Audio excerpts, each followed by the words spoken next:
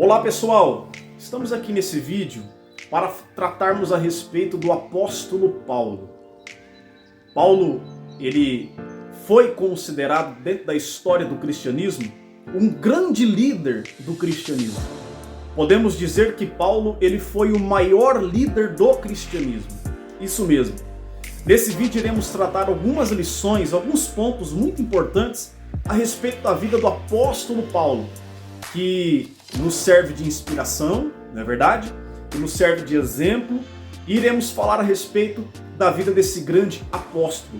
Antes de começarmos esse vídeo, inscreva-se em meu canal, ative os sininhos para notificação, compartilhe, deixe o seu comentário, deixe o seu like, porque a sua opinião, a sua ajuda é muito importante para nós. Bom, nesse vídeo iremos destacar a respeito desse personagem emblemático. Podemos dizer que foi a figura mais expressiva do cristianismo. Bom, Paulo, ele é a figura mais expressiva do cristianismo. Ele foi o maior apóstolo, o maior missionário. Ele foi um grande poliglota, ou seja, falava vários idiomas. Paulo, ele foi um grande teólogo. Paulo, ele foi um apóstolo que fez uma obra missionária extraordinária. Um homem dotado de conhecimento, um homem dotado da cultura judaica, um homem dotado de informações concernentes à palavra de Deus, concernentes à obra missionária.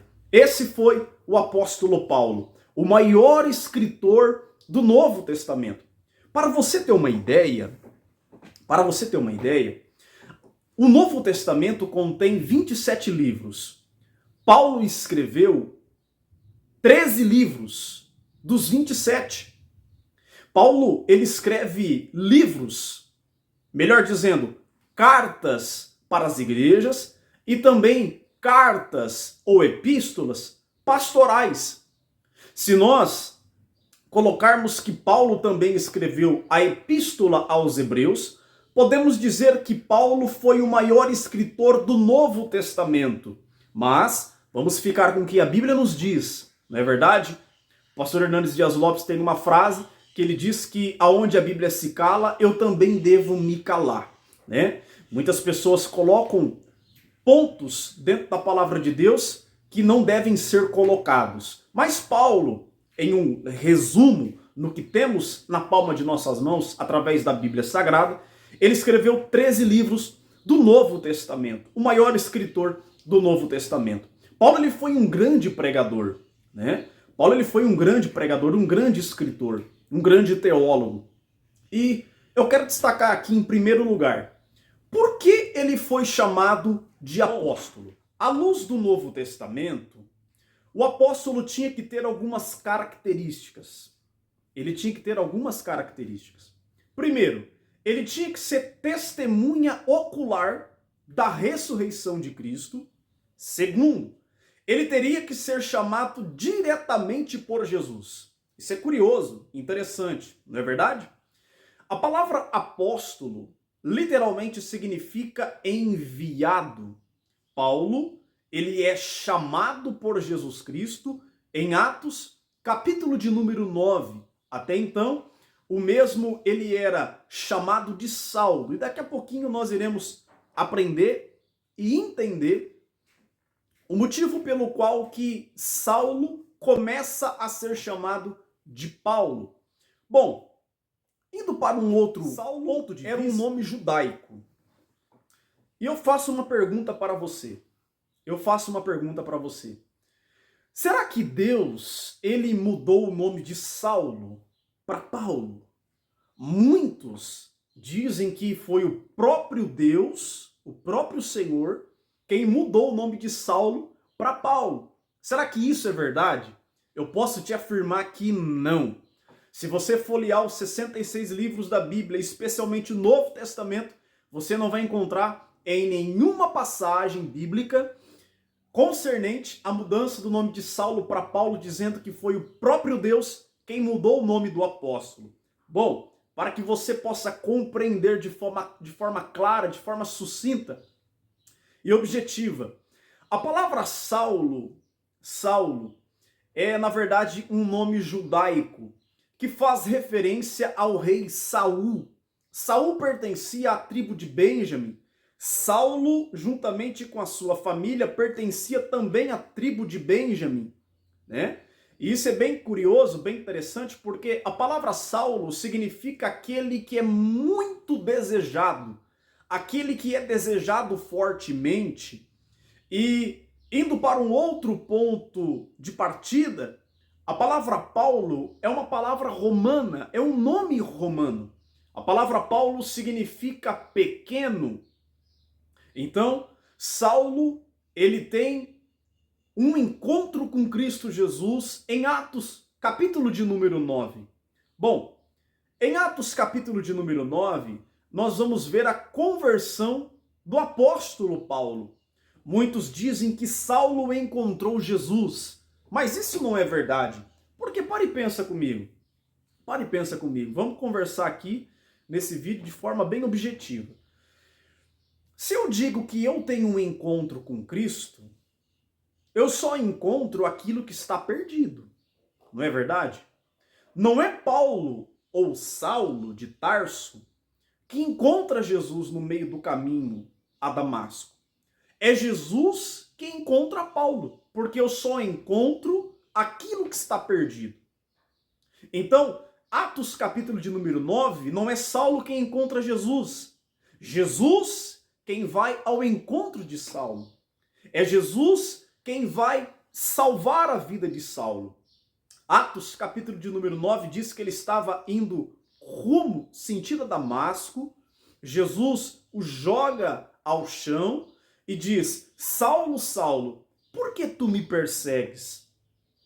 Aí, na verdade, Saulo aqui, ele cai, né? Fica cego e depois ele levanta cego e vai para uma rua chamada Rua Direita, ficar na casa de Judas. Pois Paulo, na verdade, nasceu em Tarso da Cilícia.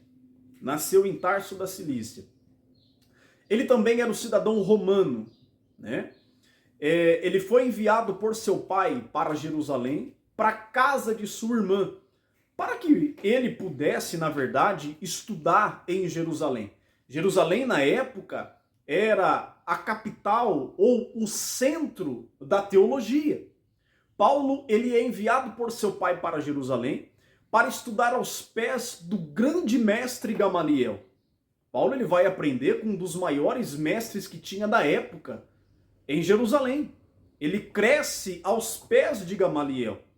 E olha que interessante. A Bíblia diz, no livro de Atos dos Apóstolos, que Saulo aprendia aos pés do mestre Gamaliel. Bom, hoje em dia, nós vemos os professores ensinando nas salas de aulas em pé e os seus respectivos alunos ficam sentados. Foi assim que foi comigo na escola, é assim que é em muitos países, né? Se não dizer em todos os países do nosso planeta Terra. Bom, naquela época era um pouquinho diferente. Sabe por quê? Eu digo isso com um propósito. Porque naquela época o mestre, o professor, ele ensinava sentado, e os seus alunos, em algumas vezes, em algumas ocasiões, ficavam de pé para aprender a Torá, para aprender a lei mosaica. Saulo, ele cresce e aprende aos pés do grande mestre Gamaliel. A Bíblia diz, em Atos dos Apóstolos, que ele se destaca dos demais. Isso mesmo. Paulo, ele era uma pessoa, ele foi uma pessoa tão inteligente, tão avançada dos demais companheiros de trabalho, de ministério, que ele se destacava dos demais. Se analisarmos a fundo a história do apóstolo Paulo, na verdade ele foi preparado para ser o líder do judaísmo. Se voltarmos um pouquinho à história, nós vamos observar que na época de Jesus existia o Sinédrio. O Sinédrio, ele era composto por saduceus e fariseus. Irmãos, pensa num grupo, posso dizer que num time que perseguia a Jesus, foi eles quem matou Jesus, foi eles quem perseguia a igreja primitiva, o sinédrio, que era composto por saduceus e fariseus, perseguia e muitos cristãos. Paulo, na verdade, ele é levantado para ser o líder do judaísmo. Ele é levantado para perseguir a igreja primitiva. Bom, no tocante a isso, Paulo, pós a ressurreição de Jesus Cristo, ele é levantado para perseguir a igreja, para assolar a igreja. A Bíblia diz que Paulo batia nos cristãos daquela época. Ele entrava nas sinagogas, ele espancava as pessoas. Saulo de Tarso, na verdade, antes dele ser convertido, ele foi um grande assassino de cristãos. A Bíblia diz em Atos dos Apóstolos que ele perseguia a igreja, batia nos crentes, maltratava os crentes, fazia pressão espiritual e pressão psicológica nas pessoas. Olha só, podemos dizer que Saulo foi um serial killer, né? Chega a ser engraçado, mas esse era Saulo. Um homem totalmente preparado, culturalmente falando. Um homem totalmente preparado, psicologicamente falando. Um homem totalmente preparado, dotado de conhecimento da cultura da época, da Torá, da lei mosaica. Esse foi Saulo. Perseguidor dos cristãos, né? Perseguidor dos cristãos. Mas vamos para um outro ponto muito interessante. O Novo Testamento apresenta Saulo como duas figuras diferentes. A primeira figura, isso daqui é muito interessante, preste bem atenção. Paulo no Novo Testamento, ele é apresentado com duas figuras. Olha que interessante isso, preste bem atenção. Para você que é pregador, dá para você montar até uma mensagem, um esboço depois. Olha que interessante isso. Ele é apresentado como uma fera selvagem. Olha só. A Bíblia diz que ele respirava ameaças e mortes contra os discípulos. Ele era raivoso, né? Essa mesma palavra que é usada para uma fera selvagem, para Paulo, é a mesma palavra usada para uma fera selvagem no campo, que respira ameaça de morte, que salta em sua presa para a devorar. Paulo era desse jeito. Saulo era desse jeito. Um homem que ameaçava os cristãos, um homem que batia nos cristãos, um homem que mandava prender os cristãos, um homem que assolava a igreja primitiva. Esse era Saulo. Esse foi Saulo. Bom, seguindo nessa linha de pensamento, nessa linha de raciocínio, também podemos pontuar que, isso está escrito em Atos, capítulo 26, versículo 14, a Bíblia diz que Jesus o chama de como uma pessoa como se fosse um touro indomável. A primeira figura, ele é tratado no Novo Testamento como uma fera selvagem. A segunda figura, ele é tratado como um touro indomável. E eu vou te explicar o porquê disso. Atos capítulo 26, versículo 14 diz que o próprio Jesus disse para ele assim, ó: Saulo, não é para você resistir ao aguilhão, porque se você resistir ao aguilhão, só lhe trará dor. O que é o aguilhão? O aguilhão, a título de conhecimento, é aquele ferrão usado para amansar o boi ou o touro bravo. É até engraçado falar, né? Mas o próprio Jesus diz, olha, se você resistir ao aguilhão, só lhe trará dor. E quem resiste ao aguilhão? O touro bravo, o boi bravo. Então Paulo, ele é tratado à luz do Novo Testamento dentro dessas duas figuras, como uma fera selvagem e como um touro indomável. Afinal, quem parava Saulo quando perseguia a igreja? Como eu disse, se nós recorrermos um pouquinho na história, Saulo ele foi um grande assassino dos cristãos. Ele foi um grande perseguidor da igreja. Ele entrava dentro das sinagogas em todos os lugares para xingar os crentes, bater nos crentes, mandar os crentes para os cárceres, na prisão, e também mandava matar os cristãos. A Bíblia diz em Atos dos Apóstolos que ele mandava cartas para que cristãos fossem mortos. Esse foi Saulo. Outro ponto para se observar também na vida de Saulo, Atos capítulo 9 diz que ele foi convertido por Jesus Cristo. Ele foi convertido por Jesus. Se dissermos que ele encontrou Jesus, nós estamos cometendo um grande equívoco, porque só se encontra aquilo que está perdido. Jesus o encontra no caminho para Damasco, derruba Saulo ao chão. Ali Saulo, ele fica cego, porque uma grande luz brilhou sobre Saulo. É por isso que ele fica cego. E ele vai à rua direita, na casa de Judas, que era outro discípulo em Damasco. Deus disse a um discípulo chamado Ananias: olha, vai Ananias, à rua direita, na casa de Judas, impõe a mão sobre Saulo. Aí sabe o que Ananias fala para Deus? Como pode, Senhor, eu ir perante Saulo, saber que eu tenho ouvido falar a respeito desse grande homem, que ele mata as pessoas, que ele persegue a igreja, que ele bate nos cristãos. Ele é um assassino. Como eu posso ir e impor a mão sobre Saulo? Ananias, ele argumenta nesse sentido para Deus. Aí o Senhor fala: não, vai Ananias, porque Paulo é um vaso para mim escolhido. Saulo é para mim um vaso escolhido. Isso é bem interessante, isso é muito lindo, né? Porque o que a gente aprende com isso? Ele era um perseguidor da igreja. Se voltarmos um pouquinho na história, nós vamos ver isso. Ele perseguia muito a igreja. Se você ler Atos, você vai entender o que eu estou te falando. E agora, de perseguidor, ele passa a ser perseguido.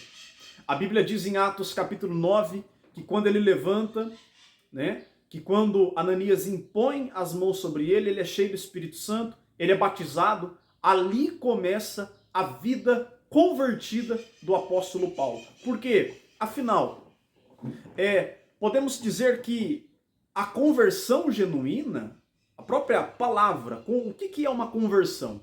Bom, conversão, ela é uma mudança de sentido. Conversão é uma mudança de trajetória.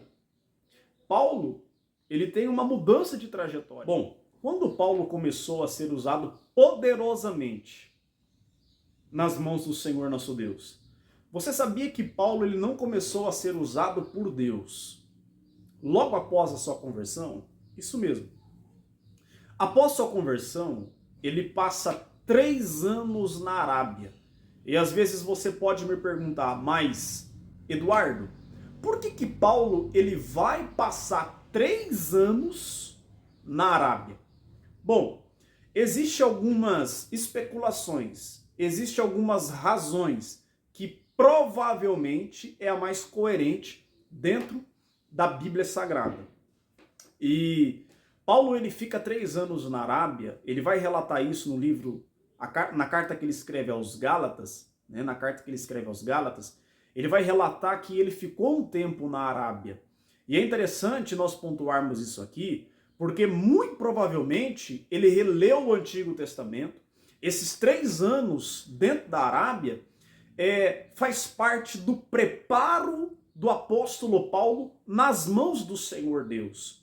Faz parte, porque, ao que tudo indica, na Arábia, Paulo, ele se preparou espiritualmente falando, psicologicamente falando. Ao que tudo indica, o próprio Jesus Cristo revela-se para Paulo, ensinando o que Paulo tinha que fazer no seu campo missionário. Paulo fica 3 anos na Arábia. Isso é bem curioso, porque muitos vão dizer que pós sua conversão, ele já começou a ser usado por Deus, mas não. Isso é uma informação bem relevante, bem interessante, não é verdade? Ele não começa a ser usado por Deus após sua conversão. Ele vai passar 3 anos na Arábia. O conteúdo que o apóstolo Paulo ensinou nas suas 13 cartas ou epístolas foi um conteúdo que ele aprendeu com o próprio Cristo 3 anos na Arábia. Paulo ele volta a Damasco. Ele começa a pregar e os judeus agora querem matá-lo. Querem pegá-lo e matá-lo. Isso mesmo. Aí os judeus têm a intenção de matá-lo. Paulo tem que fugir à noite. Olha que história dramática. Ele tem que fugir à noite. Ele vai para Jerusalém. Ele chega em Jerusalém, que era o centro da religiosidade em Israel. Ele chega em Jerusalém e ele tem a intenção, na cabeça de Paulo, ele iria ser o líder da igreja lá em Jerusalém. Mas esse plano de Paulo foi frustrado, né? Esse plano de Paulo foi frustrado. E a igreja de Jerusalém não quiseram recebê-lo. A igreja não quis receber o apóstolo Paulo. Foi através da ajuda de Barnabé e os outros apóstolos que Paulo posteriormente foi recebido na igreja de Jerusalém. E novamente, os judeus querem matar Paulo. Paulo foge. Ele volta para Tarso da Cilícia. Ali ele fica 10 anos no anonimato. Irmão, se você fazer uma cronologia, voltarmos no tempo do apóstolo Paulo, cronologicamente falando, ele fica 13 anos no anonimato, 3 anos na Arábia e 10 anos em sua cidade de origem, em Tarso da Cilícia. Esses 13 anos, a Bíblia não nos dá muitas informações a respeito do que ele fez, do que aconteceu com ele. Se você me perguntar, Eduardo, o que aconteceu nesses 13 anos de Paulo? 3 anos na Arábia e 10 anos em Tarso da Cilícia. Eu não vou saber te falar e ninguém vai saber te falar isso, porque a Bíblia não diz. Aonde a Bíblia se cala, nós não devemos colocar voz, né? Mas nesse tempo de anonimato, nós podemos aprender uma grande lição. Deus preparou o apóstolo Paulo. Deus deu capacidade espiritual para Paulo. Deus abriu as escamas dos olhos de Paulo. Deus preparou o apóstolo Paulo no campo espiritual. Isso é muito importante porque, às vezes, você ou alguém que você conhece está passando por este momento de anonimato. Ninguém está vendo você. Ninguém está te enxergando. Às vezes você fala, Deus, parece que nem o Senhor está me enxergando. Paulo ficou 13 anos no anonimato. Mas escuta uma palavra de Deus que eu vou dizer ao teu coração. O tempo no anonimato faz bem para a nossa vida. Sabe por quê? Deus, ele nos prepara no deserto. Deus, ele nos ensina. Deus, ele nos dá sabedoria no anonimato. Ninguém está te vendo, mas Deus está te vendo. Ninguém está te enxergando, mas Deus está te enxergando. Ninguém está dando atenção para você, mas Deus está dando atenção para você.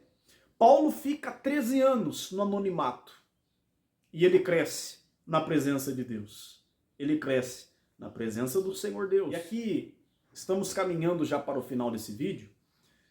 Paulo, ele vai para Antioquia. Antioquia, na época, era a 3ª maior cidade do mundo. O ministério do apóstolo Paulo se expande de forma gloriosa em Antioquia da Síria. E Paulo foi o que foi através deste momento miraculoso na sua vida. Depois disso, Paulo começa as suas viagens missionárias e Deus o começa a usá-lo poderosamente.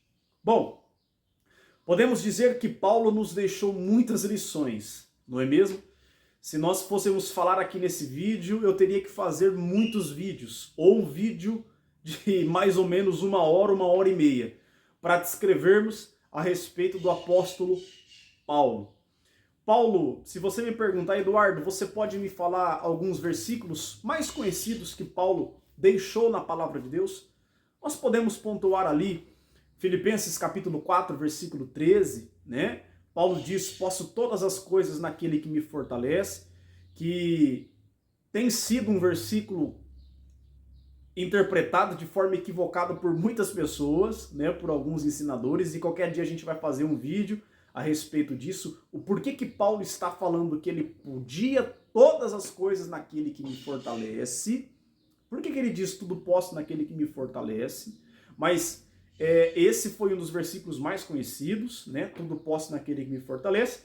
E eu posso também citar aqui, irmãos, sobre aquele versículo que ele fala para Timóteo: combati o bom combate, acabei a carreira e guardei a fé. Esses são dois versículos que veio aqui na minha memória, né, para mim citar, sendo palavras do apóstolo Paulo. Um homem de coragem, um homem intelectual, um grande missionário que rompeu barreiras, ultrapassou limites, né, e deixou o seu legado na história do cristianismo, se tornando o maior líder do cristianismo. Isso é muito lindo, isso é muito relevante, não é verdade?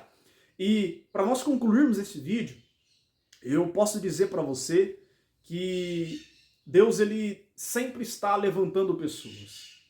Esses dias, nos telejornais, algumas pessoas dizendo que hoje em dia Deus não levanta mais pessoas, mas nós podemos afirmar que Deus levanta pessoas. Deus ele levanta pessoas e sempre irá usar alguém como canal de bênção. Deus abençoe a sua vida, Deus abençoe a sua família.